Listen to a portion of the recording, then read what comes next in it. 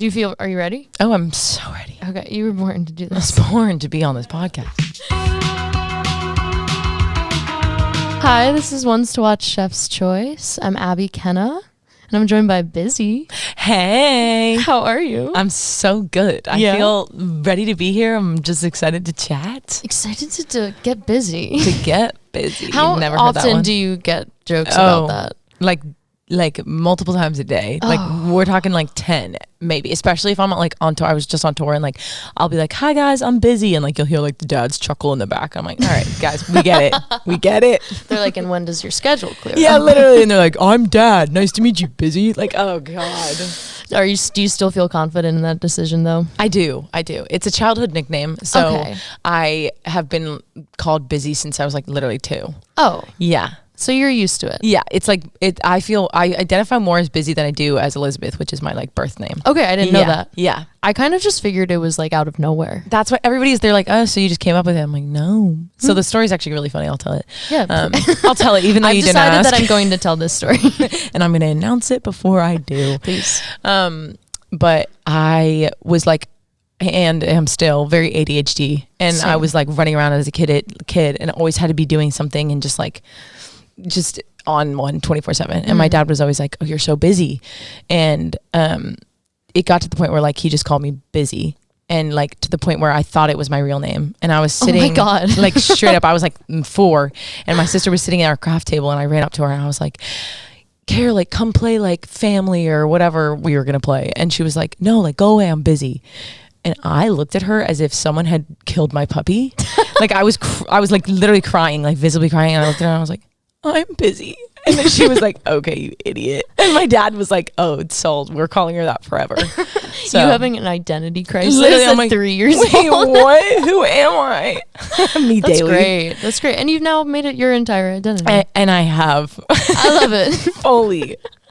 Well, thank you for being here. You came I'm all the way stoked. from Nashville, yeah? So I actually came from Portland, Oregon, because I just got off tour. Love that. But originally I am living in Nashville. Yes. How was Oregon? It was amazing. I've never been to like we went to Seattle, Washington, Yeah. and Spokane and all that kind of stuff. And I've never been over there. Like I've been to like Montana and I've been to LA. Yeah. But I kind of missed the cool like mountainy parts of. I like the grouping of Montana and I LA. know. Well, I'm two are thinking very West different. Coast. I took my hiking boots off in Montana and then I went to basically LA. all there is to see. Why did I go country? Oh, I'm out. I keep threatening though that I'm gonna run away to the Pacific Northwest. I mean, and like no one will ever hear from me again. I think a lot of people threaten that. Who was Yeah. just saying they were like, I'm never going to be seen again after this. It's some famous person. I don't know. She was like, I'm going to have my baby in peace. I don't know. but whoever it is, they deserve to do that. Exactly. They're like, you'll never hear from me again. Yeah. Okay. I haven't been up there, and I feel like when I do, I'm not It's coming back. Stunning. I was like, ugh. Yeah. Beautiful. Big fan. But you're here for a bit. I'm here for a bit, Yeah. just doing meetings, doing press stuff. It's been really fun. I love that. Yeah. I love LA weather. It's like constantly something you can count on. I love it when I'm away for a while, and then I Yeah. come back and I settle in, and I'm like, oh, so every day's the same. Yeah, that's actually. gotta be tough. Yeah. That's you always hear that in songs like I've been in LA and it's the same day every day, whatever. A direct quote, actually. Not at all, but whatever. Well, we know what your next single sounds like now. And I just gave you the sneak peek. Please keep listening to me. Well, thanks for coming on Chef's Choice, our I'm little taste-making podcast. So excited to be here. Can't wait to go through all the courses. Oh, the courses, yes. So good. I want to know, if someone hadn't heard your music before, Yes. what's the first song you would serve up to them? The app. Yeah, what's our appetizer? Okay, we're thinking finger food. We're trying to entice. The first bite of Busy, one might say. Oh, I love that. Oh, the first bite of Busy. That sounds like a podcast in itself. Yeah, you can take that. Okay, great. You heard it here first. I think Anybody, because that was the first song I ever put out, and the first one where I was sitting in the room and I was like, holy crap, this song is me in a song. If the light hits exactly right on your face, and if that song makes me feel a certain kind of way, I say that I'm picky, but don't trust the things I say. I bet all my money I could fall in love with anybody. And I think that's what I would want people to like get their first bite of. Yeah, something that really feels like you. Yes. And I think it definitely embodies me in the sense of like it's a little bit more organic than like mainstream pop and a little bit kind of far left. I don't know. It's just kind of me. Yeah. And that song was the one that blew up on TikTok. Yes, Yeah. that's the one that gave me any sort of recognition for being a musician, which is amazing. It has to happen somehow. Yeah. Oh my gosh, I'm so grateful for it. And it was just like mind-boggling the way it happened. Like genuinely, it was my first TikTok post on TikTok, and it was just, Ever? well, I had posted like 4 before, and when I was like a Wow. songwriter, and it was like a year before, and I think I had like 60 followers, like all being my family and friends. And I posted this song because everybody was like, after I'd written and recorded the song, they were like, this is how you promote TikTok is what you're doing. And I was like, okay. So I go on and I like do the little blurb in my car, and I'm like, blah, blah, blah, and then play the song. The blurb in the car. That is such a genre of TikTok. Yeah, like yes. everybody knows what I'm talking about. And I play the song and it gets cut off, and I'm like, frick, whatever, I'm just gonna post it. I'm late for work. I'll post another one tomorrow. And at the time I was working at Taqueria del Sol, which is like this little like Incredible. Mexican. Yeah, okay, you know what I'm talking about. It's so good. Their queso, amazing. And I'm like, I ran to work, whatever. I'm like literally bringing out a tray of like queso and tacos and whatever, and my phone is like buzzing up a storm in my butt pocket. Yeah. And I like put the stuff down. I look at it, and it's my sister's group chat, and they're like, check TikTok right now. And I'm like, oh my God, okay. And the video was like literally blowing up, and I was like, what the frick? I'm like about to go bring nachos to someone. Like, this is so weird. Right. And so I just kept posting, and it kept doing well, and people actually listened to it, which was wild. That's crazy. Yeah. It was Insane crazy. that it was after only a couple of TikToks too. Truly. It was, it was surreal for sure. Right. Thank you, TikTok. How do you feel now about like the social platform of it all? Do you still feel like it is rewarding, or are we exhausted by it? I think it's all of the above. And I think I came in knowing that just because I had been a peer writer before, and seeing my friends go through the same thing of like, you have to be on the grind, and this is how music gets heard, and like appreciating that so much. Like I try and not take that for granted, because I would not be here where I am without TikTok, and without like just that kind of like stream of people getting to hear it from all over the world. Absolutely. Yeah. But then also trying to find a healthy balance of like, okay, this is a whole world in itself, and I need to figure out how to like exist in it but not make it my entire world. And I struggle with it, but I also, some days are really good, and some days I'm like, well, I spent my whole day on TikTok or Instagram or whatever. It's hard because you kind of have to like participate in the scrolling to be able to know what to post. Oh my God, totally. But then I also struggle with that as well, because I'm like, I like never was a scroller before I started posting on TikTok. And so I was like, I almost feel like my best ideas come from not scrolling, not getting on and doing what everybody else is doing, just being like out living my life and being like, oh, that could be a fun idea. And then I post it, and usually it does better purely because it's something that hasn't been done already. So I'm like finding, I don't know. Some days I'm like, oh, I get it. And then some days I'm like, what is going on? Yeah, I was talking to a lovely artist named Gary about this. If you don't know her music, you totally should listen. She's a gem and a star. Okay. But yeah, we were talking about like trends and that sort of thing, and like promotion in music, and like once one thing blows up, everyone then like runs to go do the same exact thing, and then it doesn't work for them, and then we're all like, why are we exhausted and burnt out? But like that first person had to come up with the idea organically, in order for it to do well. 100%. And I think burnout comes from like so many different things, and I totally get that. But I think one of the things is like trying to do what everybody else is doing, rather than being like, I actually am a person that no one else can be. And like I have attributes that literally no one else has, purely because I'm just my own person. And leaning into those is like, one, so fulfilling as a human being, and being like, whoa, I can step into myself, and people like actually appreciate that and like draw towards that. But then also being like, wow, like this is just like its own marketing plan. Like it does itself. Yeah. You know? Yeah. It's really easy to like blur the line between the marketing of it all and like the feeling connected to people. Totally. And I think that's something like, I don't know if I'll ever fully understand. I think days are great and some days are really bad, and accepting that as the journey is like part of it. It is truly a journey. Yeah. Oh my God, yeah. You've come a long way since anybody. You've released like 6 or 7 I songs think. since. Yeah. Crazy. And I would dare to say that I Don't Get Breakups might be our main course. Oh my God. And I would dare to say that as well. 3,000 hours and now we're just finished. Oh, I don't get breakups, they're stupid and made up. One day I say you're the love of my life, the next where I couldn't care less if you died. And I'm so glad you brought it up. Yes, you just released that like very recently. Very recently. It's the newest one, and it's been so fun because I released it and then went on tour. Okay. And so that was like really fun. I'd never played it like live with a full band. It was just like all very new. Yeah. And I feel like I'm experiencing it in such a different light because I wrote it a while ago and then released it probably like a year later after writing it. So it was like I had the hype of writing it. I loved it. And then I went through this period of like, I'm not doing anything with it. Maybe I don't even like it. Maybe it's not a good song, whatever. And then I released it and now I'm playing it live and like getting to experience that like fresh hearing sound from fans. Yeah. And that's been so awesome to see that perspective and like see them connect with it and like come up with little like bits in between. Like, oh, that's cute. Yeah. I was at the Nashville show and when I was singing it, I was singing like the chorus and there's a part like where I go like, oh, and then there's like a break where in like the beat and one fan screamed, what? And like in the middle of it. And then I would like go on and be like, I don't get breakups. And it became a thing. Like in New York, Chicago, people started doing it. And it's like literally it gives me the chills because it's my favorite thing ever. And like my sisters caught on and like all my friends started doing it. And like, I don't know. It's just been such a cool like fan reaction that I've never experienced. Right? Yeah. Who planned that? Right. How? Where's the group chat? Literally, me and my manager were talking. We were like, we want to like re-record like a live version and have that in there because it adds such like a hype to the song. And I'm like, yeah, you totally should. Yeah. And the song is so hype. Thanks. Even though the context is like it sucks. Yeah. How did it all start? Okay, so the entire EP, I Don't Get Breakups, is based on one relationship.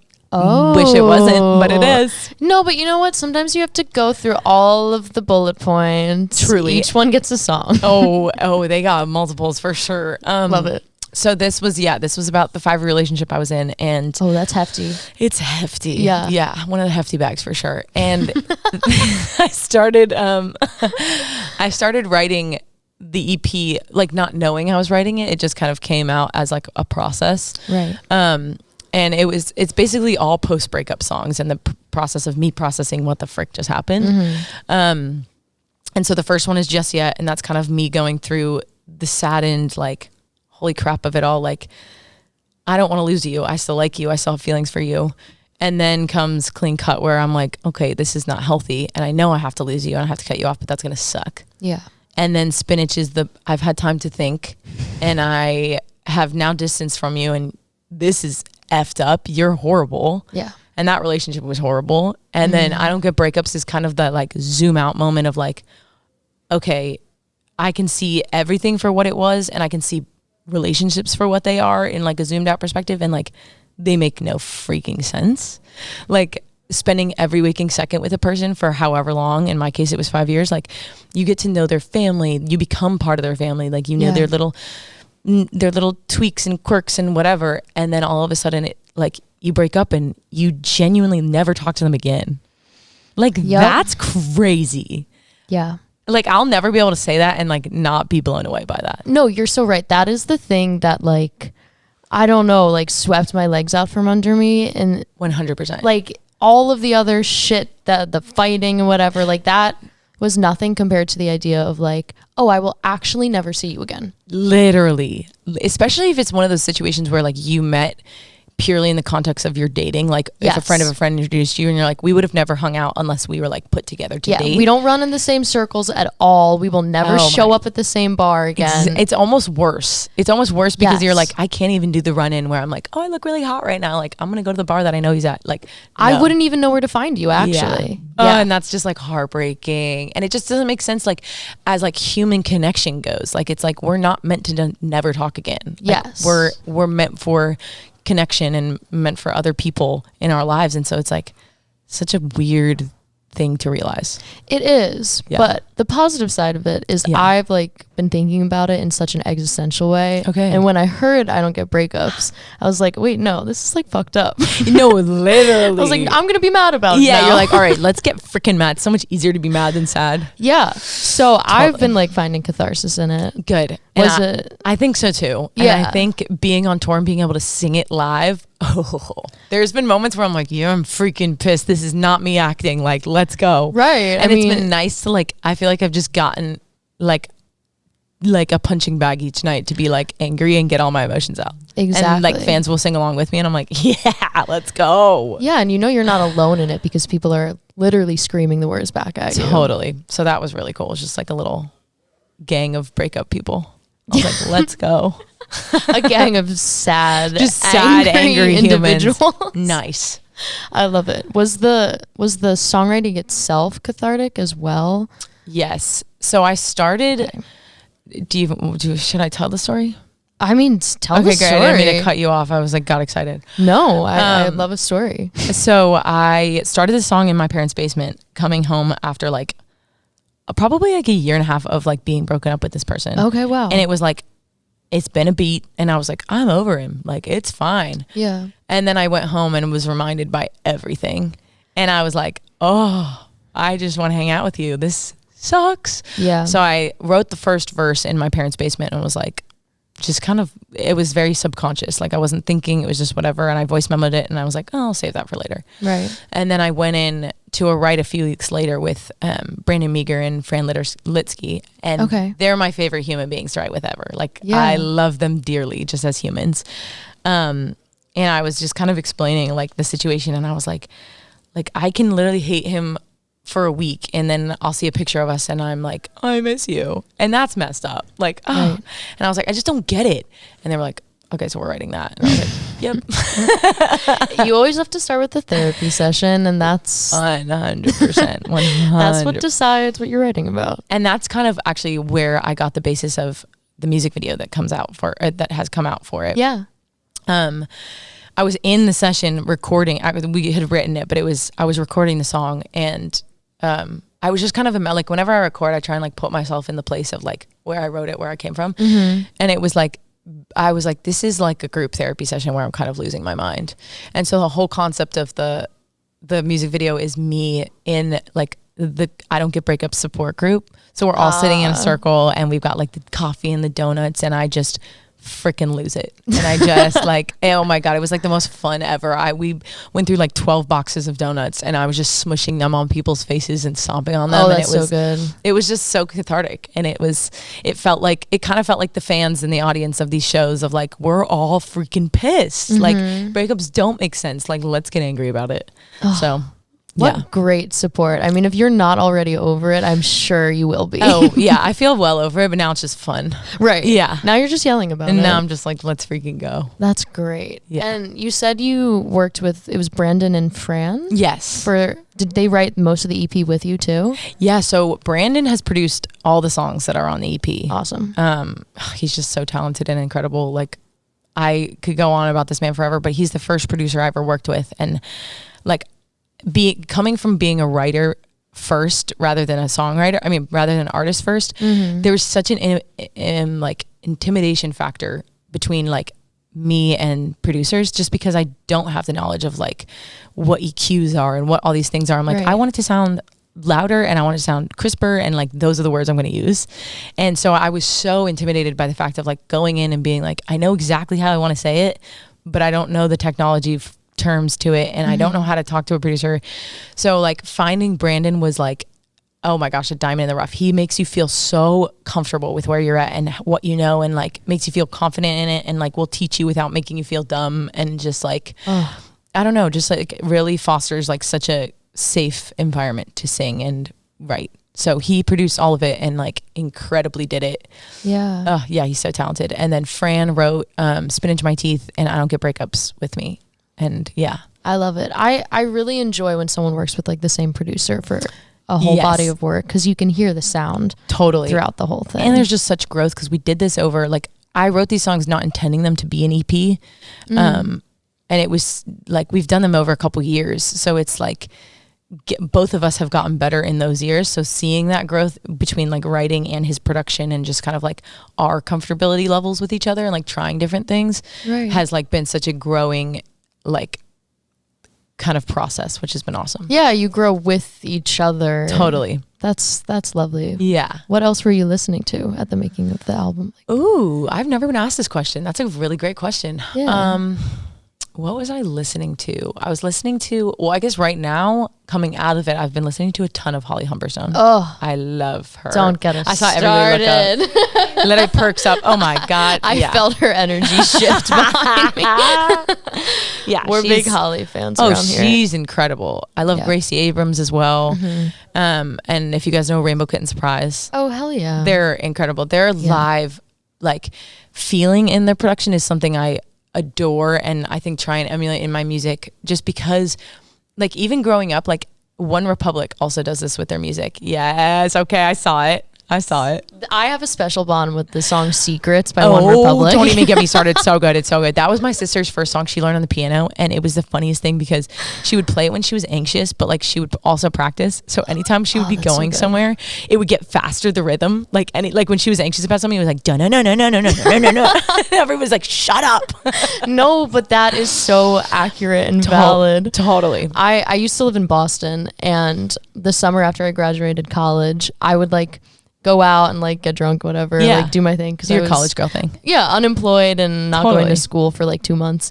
And I would be walking home at like 2 a.m. and I would be nervous that like I was going to get kidnapped or something. Totally. Put my headphones on, Secrets by One Republic. Boom. Cranked up. Safety, baby. Safety. Every time I hear that song, I'm like, I'm good. I'm safe. I'm in Boston. I like, love that. I'm a free woman. Everyone should have a safety song. Like, that's awesome. It's known. It's a fact about and me, the fact actually. that like I'm sure if One Republic heard this and they were like, I'm someone's safety song, that's got to be like iconic. Like, oh, she doesn't feel like she can get kidnapped. Girls yeah. So good. But you were saying about One Republic. Oh yes, they have this feeling. Like, I used to drive to school listening to them, and they have this feeling of like a live performance, but also like as their production builds, like it's like, I would describe it as like step on the gas kind of music. Like, it slowly builds and all of a sudden you're going like 100 and a 20, and I'm not doing that because we don't do that. Mindset wise, like that's what it like amps you up, and then it takes you on the ride of the song, which I love. So yeah, I was listening to a lot of them during this as well. That's great. Yeah, that totally like gives me context to listen to the EP. I love knowing that. Yeah, they're amazing for sure. Beautiful. And then I want to know about our dessert.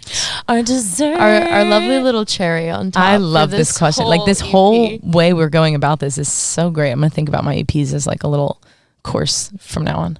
I love that. I mean, you could also give me like a cocktail pairing for the EP if you really wanted to go the extra mile. Yeah, think on that. Okay, a cocktail pairing with the dessert or cocktail pairing in general? With the whole meal. Great. Okay, I'm going to say dessert is Just Yet. Yes. And not because it's sweet. It's definitely a little bit of a sad song. Yeah. It is a sad song. But because Steinza is on it, and because it's got like this like warm, like vulnerable feeling to it, which I feel like chocolate cake that oozes out when you cut it feels like that. I keep walking into bars on your side of town. Make sure to dress nicely, hope that you're around. I played it over in my head, we'll never be together again. But I'm not ready, no, I'm not ready to lose you just yet. Yeah. How did you meet Steinza? How did this come about? So it's actually the funniest thing. Like, I never knew who he was before I was looking for somebody to duet on Just Yet. Yeah. So I wrote Just Yet and recorded it like a while back. And when we were doing it, it was me and Brandon in the studio, and Brandon put harms on the song just to be like, oh, this I think could be a cool harmony for you to fill in. And we played it and I was like, oh my God, that sounds amazing with a male voice on it. So we were like, okay, back of mind, one day this should be a duet. Yeah.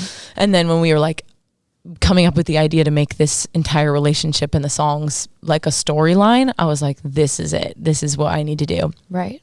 And so I like had the kind of tone of voice and the like emotional aspect I wanted to hear through a male's voice in it. Right. But I literally couldn't find anybody. I was like scrolling through Spotify, going through like all my guy artist friends, and like they're amazingly talented, but it was like I was going for such a unique sound. Yeah. And I just started shuffling like male's voice on Spotify. Like, I think it was like indie male voice or something. I don't know. Incredible. Literally the most random thing. And Steinza popped up, and I like within the first lyric of his song, I was like, oh, that's it. Like, I don't know this kid, but I'm going to know him, and I'm going to beg him to do this. So I like talked to my manager about it. She was like, I know his manager.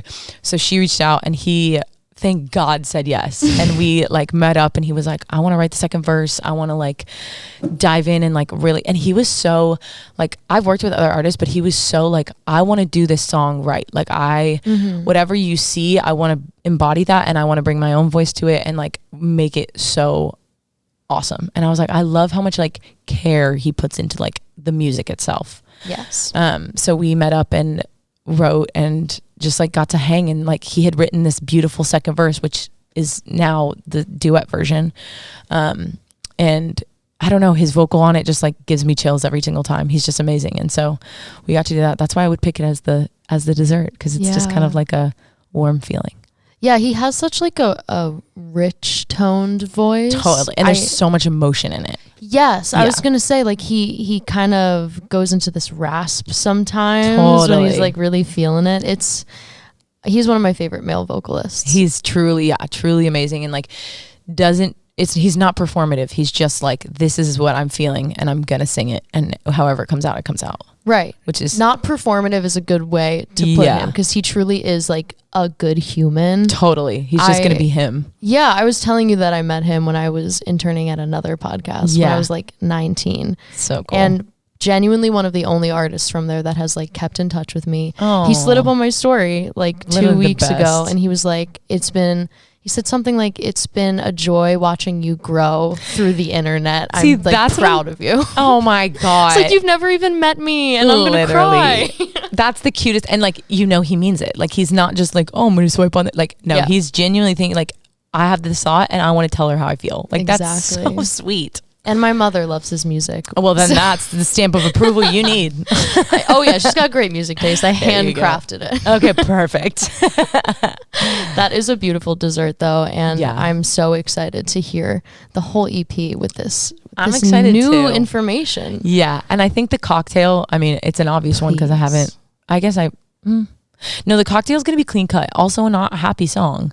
Okay. But it feels like it's smooth. And I know you're trying, but that's just what you're doing. I know I need fixing, but it can't come from you. You can kiss and make it better, even though I want you to. Mm-hmm. So especially with this, on this EP with Collins, he did a strings version, and going back to One Republic, he does a bunch of One Republic stuff. So it was like this moment of like, my worlds are colliding, and it was the coolest thing. He reached out and was like, I love your music, I would love to do strings on it. And I was like, is this real? Like, that's so cool when you like reach the point where you have to stop asking people for things and they're like asking for you to let them do things. And I don't feel like I'm there at all. I'm just like jaws dropped on the floor that he would even want to be a part of something like this. So he was like, you choose a song, and Clean Cut was the first thing that came to mind, because I wrote that song in such like a sad, vulnerable acoustic state. It was literally like me, Jules Paymer, and Shy Rose on their living room floor on a rainy day. Jules like, Paymer is incredible. Oh my God, don't even get me started. That's such a wow. They're my bit of knowledge. favorite human being ever. Like, sweet. Truly love them. And we wrote it like on their living room floor, and it was just like all of us really at a low point. And I was like, this sucks. Yeah. And I put it out, and I put the production very like raw and in the background, like on purpose, because I really love the lyrics in that song. But when he was like, I want to put strings on it, like I want that moment of like lyric and melody and like production to meet on Clean Cut and like really and build it and have that kind of driving moment where you're going 20, 30, 40, now 100 on the interstate. Don't actually drive that fast. It's really unsafe. But no, but that like that seamless incline. Yeah. Yes. And that's what he was able to embody in doing like live strings on the song. And like, I don't know, it brought it to a whole new place. And it also was just like so healing to see this song in that light and be like not sad about it anymore and be like, wow, that's art and that's beautiful. And so it was like, I don't know, this whole process of like reimagining and re-releasing songs has been such a like a healing process for me to do. So yeah, I don't know. That's the cocktail. I love that. Yeah. Oh, beautiful. Well, I have one final question to ask. Tell me. All important question. Okay. I want to know who your ones to watch are. Oh, I love this. Okay. Well, actually, Steinza. Steinza's like first one that comes to mind. Always. Call Home. I woke up with it in my head. It's like actually like that like feeling. He got to that feeling too. Like that like incline feeling. Yeah. So good. Him, see, like a couple months ago I would have said Chapel Roan, but she's blown the frick up. She's amazing. We're Chapel Roan stands in this house. Like truly so iconic. Yeah. And then I would also say Jules Paymer. Yeah. Just like not even trying to plug my friends, but like I will always champion plug the friends. those people forever because they're the most talented human beings I know. So those are my top 3. Okay, beautiful. Thanks for having me. This has been so awesome. Yes. This is a good conversation and one of my favorite types where I feel like I can now listen to the EP with like a recoloring sort of. Yeah, I feel like more personalized. That's what I want because I'm never like, I don't know, I write those as a journal entry. So if you don't have the context, like I want it to be a good song, but I don't know. I love when artists give me the inner scoop because then I can listen to it with like a whole new movie to watch. Yes. Perfect way to put it. Thank you. Oh, well, thank you. Thanks. This has been a hoot. Wonderful rest of your LA trip. Thanks. Don't go to Montana. I'm not. Yeah. Freaking why? It's freezing. Once again, this was Chef's Choice with Bizzy. Yay! Check out the EP on Spotify. Check it out. I Don't Get Breakups.